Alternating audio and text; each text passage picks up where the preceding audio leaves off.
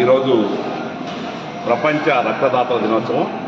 ముఖ్యంగా 1901 సంవత్సరంలో కార్ల్ ల్యాండ్స్టాండ్ అనే వ్యక్తి రక్తంలో ఉన్న గ్రూపులను కనిపెట్టాడు. మరి ఆ గ్రూపులు కనిపెట్టిన సందర్భంగా ఆయన బర్త్డేనే వరల్డ్ బ్లడ్ డోనర్ డేగా జరుపుకుంటా ఉన్నాం. ముఖ్యంగా రక్తదానం అంటే ప్రాణదానం అందరికీ తెలిసినటువంటి విషయమే.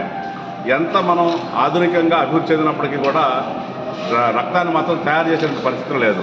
తప్పనిసరిగా ఒకడు దానం చేస్తేనే మరొకరికి ప్రాణం వచ్చే పరిస్థితి ఉంది. కాబట్టి ప్రతి ఒక్కరు కూడా రక్తదానం చేయాలి.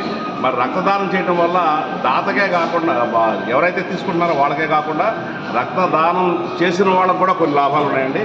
ముఖ్యంగా ఆ లాభాలు ఏంటంటే వాళ్ళకి ఈ రక్తనాళాల్లో ఉన్నటువంటి కొవ్వంతా కూడా ఈ రక్తదానం మూలంగా కొంత కరిగిపోయేసి హార్ట్ అటాక్ అనేది తీవ్రత తగ్గుతుంది.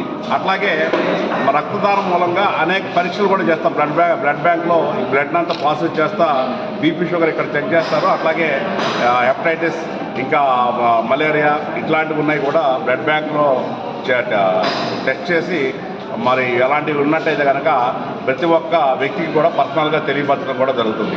ఇట్లా రక్తదానం వల్ల రక్తదాతకి లాభం ఉంది, మరి వాళ్ళకి ప్రాణదాతం వస్తుంది. కాబట్టి ప్రతి ఒక్కళ్ళు కూడా రక్తదానం చేయడం అనేది ఒక అలవాటుగా చేసుకోవచ్చు.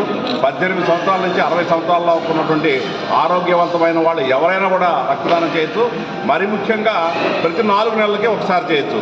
ఈ రక్తదానం చేయడంతో కొత్త రక్త కణాలు కూడా ప్రతి ఒక్కళ్ళలో సృష్టించబడతాయి.